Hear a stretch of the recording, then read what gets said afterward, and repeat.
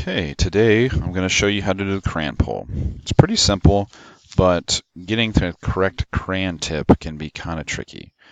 Okay, looking at your drawing, you know you need to draw a 3-inch circle. So start 2D sketch, floor plane, circle, in the center, 3, enter.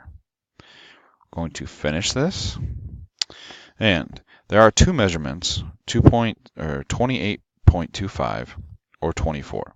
If you notice, the 24 is just from the bottom of the crayon to the top before it starts creating the tip. So that's what we need to extrude it up, is 24. So extrude, 24, enter. Okay. So you have a tipless crayon right now. So you're going to start 2D sketch. On top, get your circle tool from the center. Click. And this, as you can see on the right-hand side, is going to be 2.7. Enter. Okay.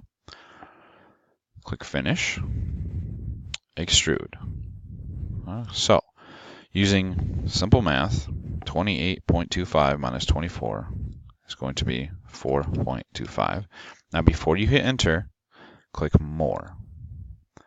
Then here's your taper. You can play with it. Okay. What you don't want is a spike.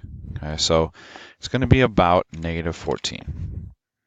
Click OK, and you have your crayon. Now, if you accidentally hit extrude without doing that, you come over to the extrusion 2, right click, edit feature, and you can go to more and play with the taper, and then click OK. Make sure you color it, save it as crayon pole, and you have your crayon.